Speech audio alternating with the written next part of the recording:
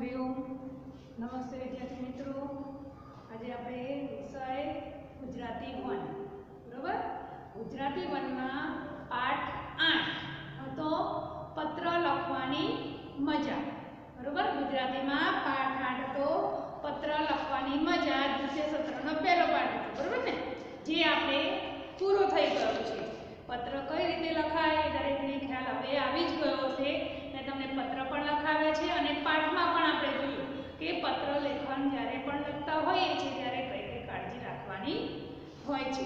तो आपणो आ जे पाठ 8 हतो ए पाठ 8 पत्र लखवानी मजा ए पूर्ण थई गयो छे।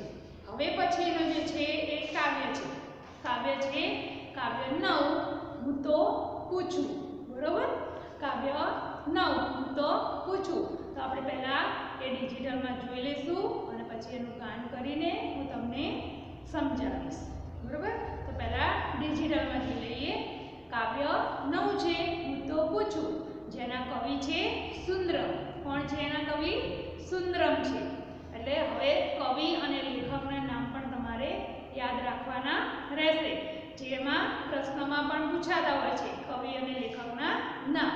तो काव्य 9 છે હું તો પૂછું, જેના કવિ છે સુંદરમ। તો આપણે પહેલા ડિજિટલમાં જોઈ લઈએ અને પછી તમને કાવ્ય સમજાવતી જાઉં છું અને અઘરા શબ્દો પણ જે આવશે એ પણ જોડે જોડે જોતા જઈશું આપણે। તો પહેલા જોઈ લઈએ।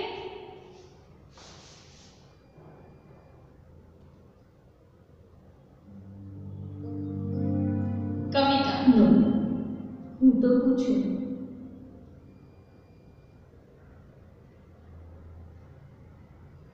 गीत। बाळ दोस्तों, तमे दाडम अने मकाईनो डोडो खाधा हशे तथा लीला नारिયેળનું પાણી પીધું હશે। દાડમના ફળમાં ઉપરનું પડ કાઢો એટલે દાડમના દાણા કેવા સરસ રીતે ગોઠવાયેલા હોય છે। એવી જ રીતે મકાઈના ડોડામાં કેટલાય પાંદડા નીકળાયેલા હોય, પછી સુવાળા સુવાળા રેસા લાગેલા હોય અને પછી દાણા ગોઠવાયેલા નીકળે। નાળિયેરમાં ઉપર જાડી છાલ લાગેલી હોય, પછી કઠણ કાચી, એની અંદર માવો અને મીઠું પાણી। તમને ક્યારેક પ્રશ્ન થાય કે આવું કોણ કરતું હશે? એક નાનકડી છોકરીને આવા કેટલાય પ્રશ્નો થાય છે અને એ કેટલાય પ્રશ્નો પૂછે છે। ચાલો આપણે તેના પ્રશ્નોથી બનેલું ગીત સાંભળીએ।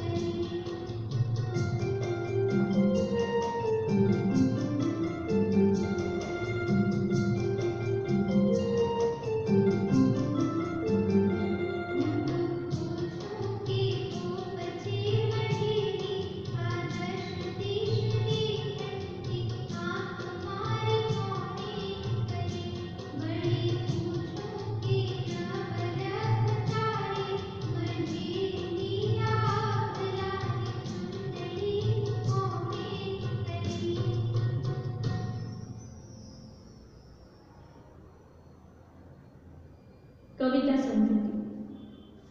બાળમિત્રો, હવે કવિતા વિશે થોડીક સમજ મેળવીએ. આ કવિતામાં એક છોકરી મોરને જુએ છે અને મોરના પીછામાં રહેલી ગોળ આકારની હાથ જોઈને કહે છે, આ ટીલડી અહીં કોણે લગાવી હશે? બિલાડીની આંખોમાં ચમકતી કીકીઓ કોણે સજાવી? આ પ્રશ્નો એને થયા કરે છે. ઊંચા ઊંચા ઝાડની ડાળીમાં જ્યાં કોઈનો હાથ ન પહોંચી શકે ત્યાં કોણે હાથ પહોંચાડી કૂણા કૂણા પાંદડા લગાવ્યા હશે? આ બધું કોણ કરે છે?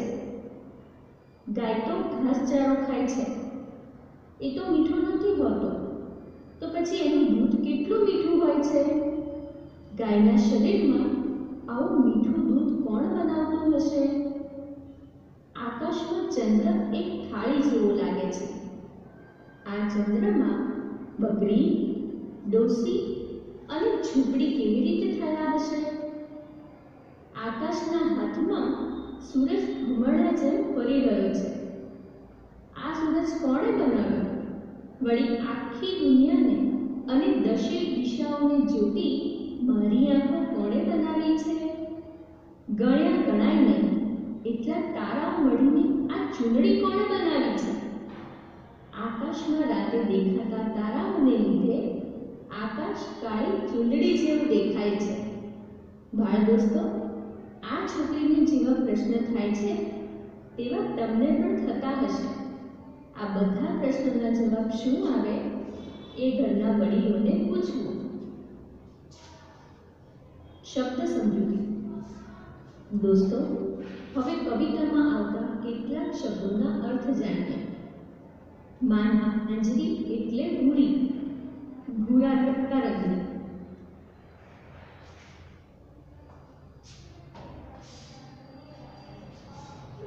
જો આપણે અહીંયા આ કાવ્ય 9 છે, તો પૂછું. તો કાવ્ય ડિજિટલમાં આપણે જોયું કે હું તો પૂછું કે મોરલાની પીંછીમાં રંગ રંગવાળી આ ટીલડી કોણે જડે? તો એ મોરલો હોય છે. મોરલાની પીંછી દરેક જણાએ જોઈ જ હશે. જોયું છે મોરલાનું પીંછું? તો એ મોરલાની પીંછીમાં સરસ મજાનું પીંછું હોય છે. એ પીંછામાં કેવા સરસ મજાના રંગો હોય છે, હે ને? જોયું છે બધાએ પીંછું?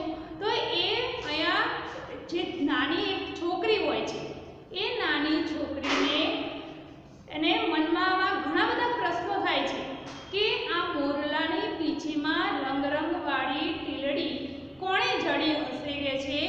બરોબર? આગળ જોઈએ.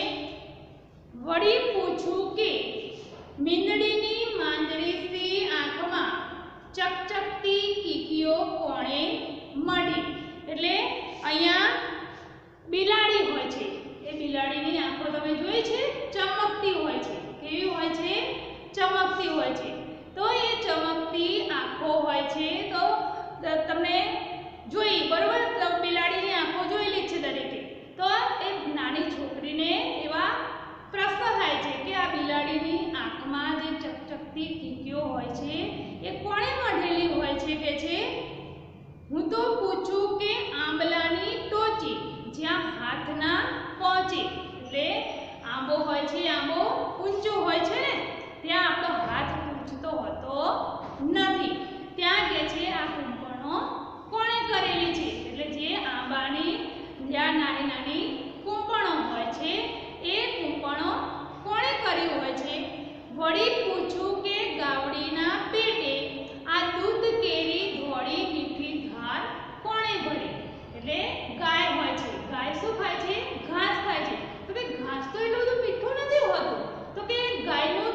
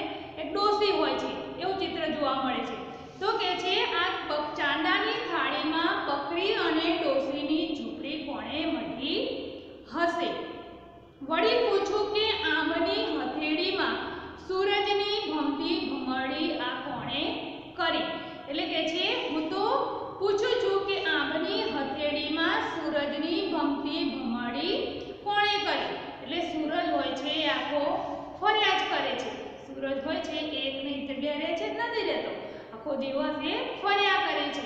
એટલે કે આંબની હથેળીમાં આ સૂરજની ભમતી ભમરડી કોણે કરી હશે?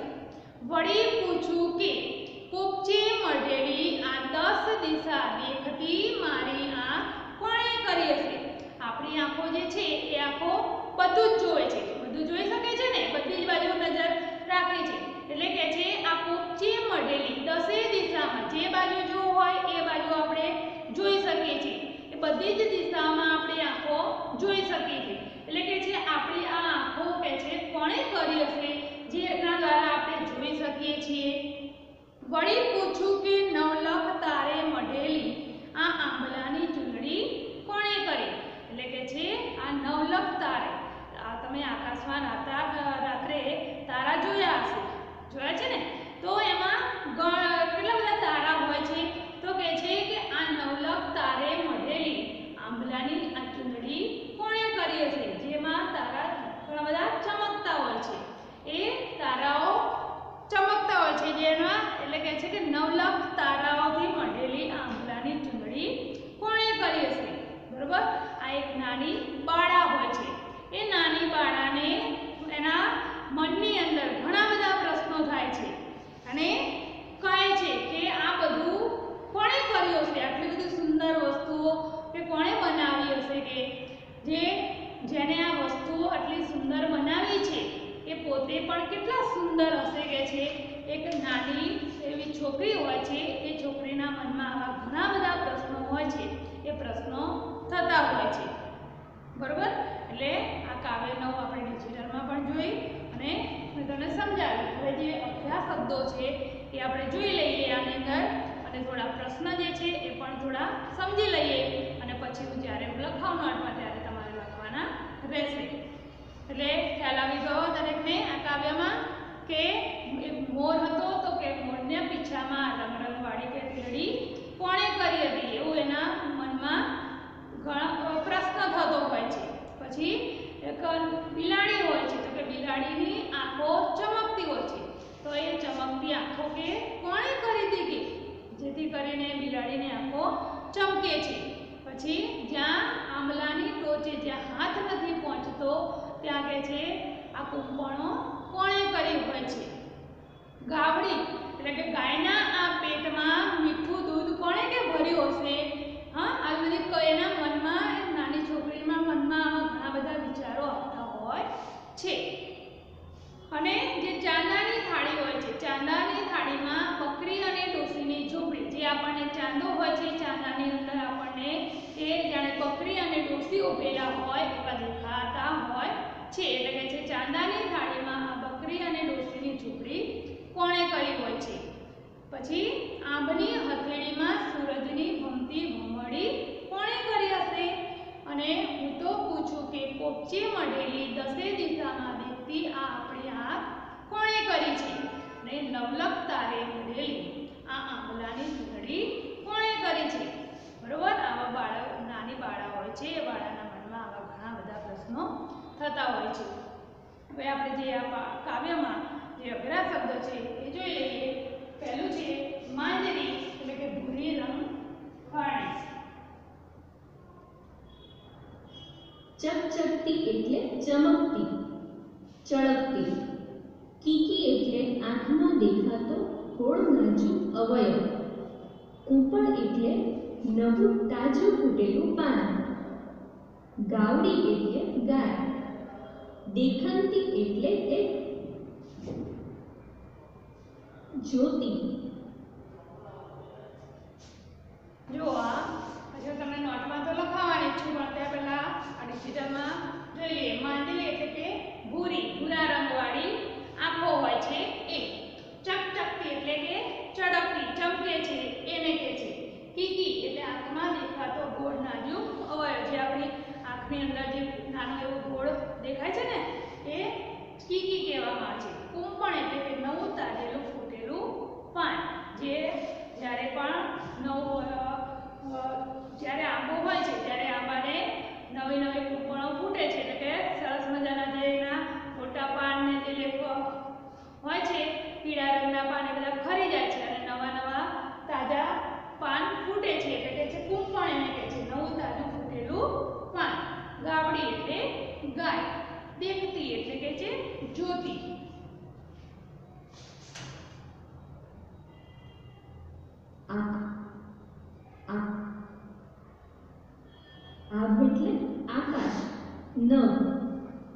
નવલખ એટલે 9 લાખ કે ગણી ન શકાય એટલું અગણિત. પ્રશ્નોના ઉત્તર લખો.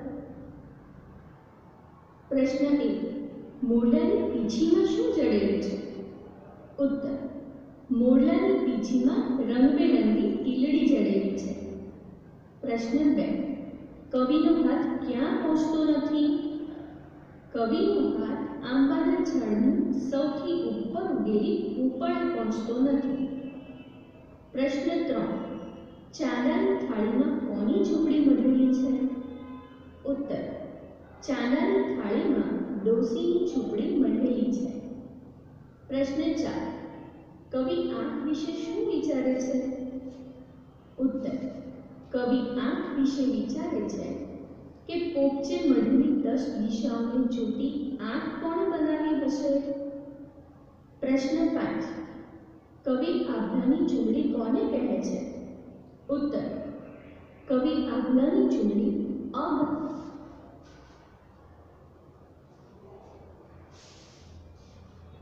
જો આ પ્રશ્નનો જવાબ. મોરલાની પીંછીમાં શું જડેલું છે? તો મોરલાની જે પીંછી હોય છે એ પીંછીમાં કેવો બધા અલગ અલગ કલરના રંગો હોય છે, જે તમે દરેકે જોયેલા છે. એટલે કે જે રંગવાળી ટીલડી હોય છે, પાછા રંગો હોય છે અને અંદર ટીલડી જેવું હોય છે. એટલે કે જે મોરલાની પીંછીમાં રંગવાળી ટીલડી જડેલી છે. બીજું છે કવિનો હાથ ક્યાં પહોંચતો નથી? તો કે કવિનો હાથ આંબાના ઝાડની સૌથી ઉપર ઉગેલી એટલે કે કુંપણે પહોંચતો નથી. એટલે જે આંબો હોય છે, આંબો ઊંચો હોય ને, તો ત્યાં જે નવા પાન ફૂટેલા હોય છે એ ફૂટેલા પાન આગળ ત્યાં કવિનો હાથ પહોંચતો હોતો નથી. ચાંદાની થાળીમાં કોની ઝૂંપડી મઢેલી છે? તો કે છે ચાંદાની થાળીમાં ડોશીની અને બકરીની ઝૂંપડી મઢેલી હોય છે. અહીંયા ખાલી ડોશીની જ લખેલું છે, પણ ડોશીની અને બકરીની ઝૂંપડી મઢેલી છે. જ્યારે હું લખાઈશ તમને નોટમાં ત્યારે હું લખાવવાની છું, બરાબર? કવિ આંખ વિશે શું વિચારે છે? તો કે છે કવિ આંખ વિશે વિચારે છે કે પોપચે મઢેલી 10 દિશામાં દેખતી આ મારી આંખ કોણે કરી હશે? કવિ આંખ વિશે શું વિચારે છે કે બધી બાજુ દરેક દિશામાં જે દિશામાં આપણે જોવું હોય તે બધી દિશામાં જોઈ શકાય છે ને, એટલે કે છે આ 10 દિશામાં દેખતી મારી આંખ હોય છે એ આંખ કોણે કરેલી છે? કવિ આંબલાની ચૂંદડી કોને કહે છે? આંબલાની ચૂંદડી એટલે કે આંબમાં જે રાત્રે તારા હોય છે, એટલે આકાશ, આંબ એટલે આકાશ, આકાશમાં તારા જોવા મળે છે એટલે એને એવું લાગે છે કે નવલખ ચૂંદડી છે. આજે નવલખ એટલે કે ગણાય નહીં એવા તારાઓ હોય છે. એટલે કે છે કવિ આંબલાની ચૂંદડી અગણિત તારાઓથી શણગારેલી રાતને કહે છે. એટલે કે તારાઓ ઘણા બધા આકાશમાં તમે જુઓ તો ઘણા બધા તારાઓ હોય છે અને ચકચકતા હોય છે અને આકાશ આખું તારાઓથી ભરેલું હોય છે. એટલે કે છે આ અગણિત તારાઓથી શણગારેલી રાતને કહે છે. અગણિત તારાઓથી શણગારેલી રાતને કહે છે. શબ્દ પરથી વાક્ય બનાવો. બાળ દોસ્તો, હવે આપેલ શબ્દ પરથી વાક્ય બનાવવાના છે. જુઓ, અહીં ઉદાહરણ પણ આપેલું છે. ધરતી શબ્દ પરથી લીલીછમ ધરતી જોઈને બધાને આનંદ થયો. વાક્ય બનાવેલું છે. હવે પહેલો શબ્દ પેન્સિલ છે. તેના પરથી પેન્સિલથી લખાય છે. વાક્ય બનાવી શકાય. હવે રબર શબ્દ પરથી વાક્ય કોણ બનાવશે? રબર શબ્દ પરથી વાક્ય બનશે રબરથી ભૂંસી શકાય છે. એવી જ રીતે ગાય શબ્દ પરથી ગાય દૂધ આપે છે. સૂરજ શબ્દ પરથી સૂરજ પૂર્વ દિશામાં ઉગે છે. અને ઝાડ શબ્દ પરથી ઝાડ નીચે ગાય બેઠી છે. વાક્ય બનાવી શકાય. શબ્દ પરથી બનાવેલા વાક્યો તમારી નોટબુકમાં નોટ. જો અહીંયા હવે આપણે આગળ જોઈએ શબ્દ પરથી વાક્ય બનાવ્યા. પહેલું એક ઉદાહરણ આપેલું છે કે ધરતી, તો કે લીલીછમ ધરતી જોઈને બધાને આનંદ થયો. ત્યાર પછી છે પેન્સિલ. વાક્ય કોઈ બી બનાવી શકાય, બરોબર. શબ્દ પરથી વાક્ય જ્યારે પણ બનાવવાના કીધા હોય ત્યારે આપણે વાક્ય આના સિવાયના જે અહીંયા આપેલા છે અને કદાચ મેં તમને નોટમાં અલગ રીતે લખાયેલો તો એ અલગ રીતે જે પણ લખાયેલા છે એ સિવાયના પણ બીજા વાક્ય હોય છે એ બીજા વાક્ય પણ આપણે લખી શકીએ છીએ. તો પહેલું છે પેન્સિલ, તો કે પેન્સિલથી આપણે લખી શકીએ છીએ. ત્યાર પછી રબર, તો કે રબર એ ઘૂસવા માટે કામ લાગે છે. ત્રીજું છે ગાય, તો કે ગાયને સૌ માતા માનીને પૂજે છે. એ પણ વાક્ય લખાય. ગાય દૂધ આપે છે, એ પણ વાક્ય લખાય. ગાયને સૌ માતા કહે છે, બરોબર. આ રીતના કોઈ બી વાક્ય લખી શકાય છે. સૂરજ, કે સૂરજ પૂર્વ દિશામાં ઉગે છે. સૂરજ આપણને ગરમી અને પ્રકાશ પણ આપે છે. ઝાડ નીચે ગાય બેઠેલી છે. ઝાડ આપણને છાંયો આપે છે. આવી રીતે આપણે બે શબ્દ આપેલા હોય એ શબ્દ પરથી વાક્ય કોઈ પણ બનાવી શકીએ છીએ, બરોબર. તો આપણે અહીંયા આ જોયું. હવે પછી જ્યારે પણ હું તમને આના પછીના તાસમાં હું તમને નોટમાં લખાવવાની છું. શબ્દ સમજૂતી, કાવ્ય, જે પણ આપણે પ્રશ્ન અહીંયા જોયા, બરોબર. એ સિવાયના પણ બીજા વધારાના જે પ્રશ્નો છે એ હું તમને લખાવીશ એટલે આપણે સમજીશું. આગળ જોઈએ.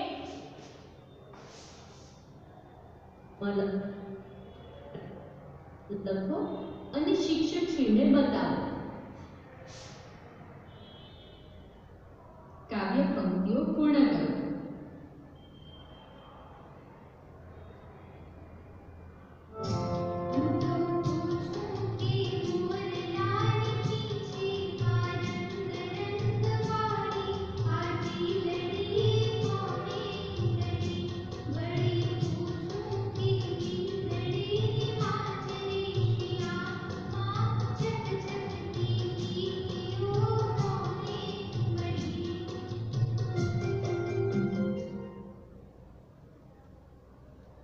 કાવ્ય પંક્તિ પૂર્ણ કરો.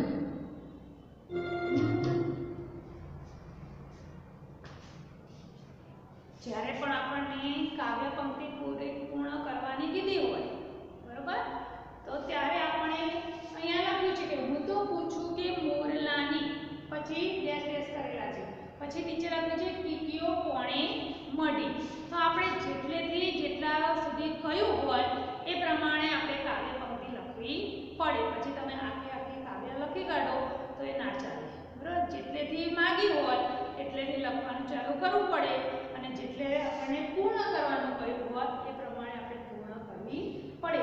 તો અહીંયા કહ્યું છે કે હું તો પૂછું કે મોરલાની, પછી ડેશ ડેશ બતાવે તો લખવાનું કે આગળ કે પીંછીમાં રંગ વાળી આ ટીલડી કોણે જડી. વળી પૂછું કે મીંદડીની માંજરીસી આંખમાં ચકચકતી, પછી ટીકીઓ કોણે મળી એ લખેલું છે તો આપણે એ પછી લખવાની જરૂર નથી, બરાબર. એટલે જ્યારે પણ આ કાવ્ય પંક્તિ પૂર્ણ કરવાની કીધી હોય ત્યારે આપણે જેથી કહ્યું હોય ત્યાંથી આપણે લખવાનું શરૂઆત કરવાની અને જ્યાં પૂર્ણ કર્યું હોય ત્યાં આપણે પછી એનાથી આગળ લખવાનું હોતું નથી. એટલે ખ્યાલ આવી ગયો દરેકને આવા કાવ્યમાં. એટલે આ તમે ડિજિટલમાં આપણે આ કાવ્ય જોયું અને સમજી પણ લીધું છે, બરોબર. તો હવે પછીના તાસમાં હું તમને આગળ નોટમાં જે પણ લખવાનું છે પ્રશ્નના જવાબને એ હું તમને આગળના તાસમાં આપણે જોઈશું, બરોબર. તો